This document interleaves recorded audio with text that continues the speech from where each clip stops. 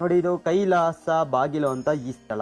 ಬೆಟ್ಟ ಹತ್ತಿ ಕೆಳಗಡೆ ಇಳಿದ್ರೆ ಕೈಲಾಸಕ್ಕೆ ಹೋಗಿ ಬಂದಂಗೆ. ಇಲ್ಲಿ ಶಿವ ಪಾರ್ವತಿ ಇಬ್ಬರು ಮಕ್ಕಳಿಗೆ, ಚಿಕ್ಕ ಮಕ್ಕಳಿಗೆ ಪ್ರತ್ಯಕ್ಷವಾಗಿ ದರ್ಶನ ಕೊಟ್ಟಂತ ಸ್ಥಳ ಇದು. ಅದಕ್ಕೋಸ್ಕರ ಇಲ್ಲಿ 12 ಜ್ಯೋತಿರ್ಲಿಂಗ ಪ್ರತಿಷ್ಠಾಪನೆ ಮಾಡಿದ್ದಾರೆ. ಈ ಜ್ಯೋತಿರ್ಲಿಂಗಗಳನ್ನ ನೋಡ್ಬೇಕಂದ್ರೆ ನಮ್ಮ ಭಾರತ ದೇಶದಲ್ಲಿ 12 ಕಡೆ ಹೋಗ್ಬೇಕು.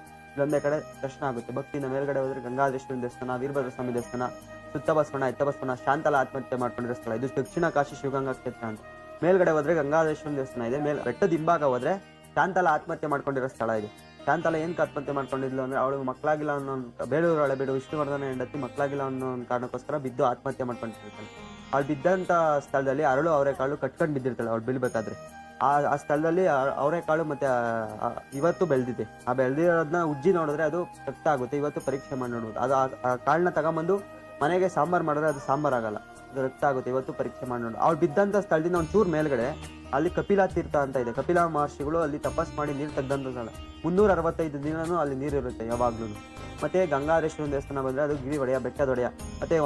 ಮತ್ತೆ ಬಸವಣ್ಣ ಇದೆ. ಬಸವಣ್ಣ ಸುತ್ತಾಕೋದ್ರೆ, ನಂದಿ ಸುತ್ತಾಕೋದ್ರೆ ಕೈಲಾಸ ಸುತ್ತಾಕ್ ಬಂದಂಗೆ. ಒಳಕಲ್ ತೀರ್ಥ ನೋಡಿದ್ರೆ ಒಳಕಲ್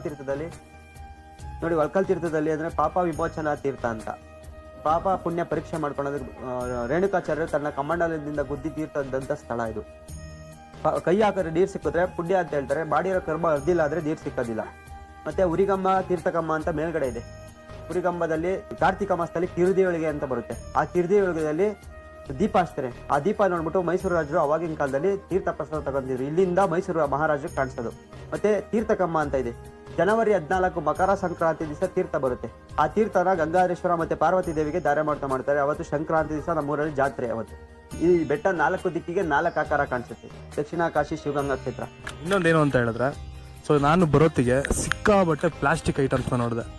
ನಾನು ಇಲ್ಲಿ ಯಾವುದೇ ಒಂದು ಹಿಡನ್ ಪ್ಲೇಸಿಗೆ ಹೋದ್ರೆ, ಯಾವುದೋ ಒಂದು ಬೆಟ್ಟಕ್ಕೆ ಹೋಗ್ಲಿ, ಸಿಕ್ಕಾಬಟ್ಟೆ ನಾನು ನಿಜವಲ್ಲೂ ಅದನ್ನ ಪ್ಲಾಸ್ಟಿಕ್ ಅವಾಯ್ಡ್ ಮಾಡಿದೆ. ಅದಕ್ಕೋಸ್ಕರನೇ ಒಂದು ಚೂರು ಪ್ಲಾಸ್ಟಿಕ್ ಅವಾಯ್ಡ್ ಮಾಡ್ಕೊಳ್ಳಲ್ಲ.